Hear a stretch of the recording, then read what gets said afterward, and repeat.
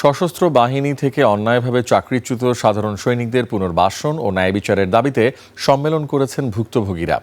জাতীয় প্রেসক্লাবে সংবাদ সম্মেলনে ২০০৯ সাল থেকে ২০২৪ সালের ৪ আগস্ট পর্যন্ত যাদের অন্যায়ভাবে চাকরিচ্যুত করা হয়েছে তারা ন্যায় বিচারের দাবি জানান।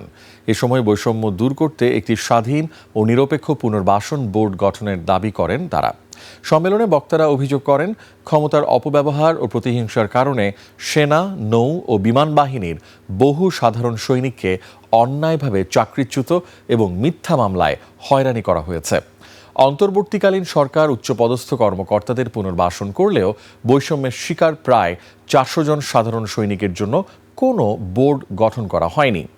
আগামী ১০ আগস্টের মধ্যে পদমর্যাদা সহ পুনর্বাসন, ক্ষতিপূরণ এবং স্বাধীন বোর্ড গঠন করা না হলে প্রতিরক্ষা মন্ত্রণালয়ের সামনে শান্তিপূর্ণ অবস্থান কর্মসূচির আলটিমেটাম দেন তারা।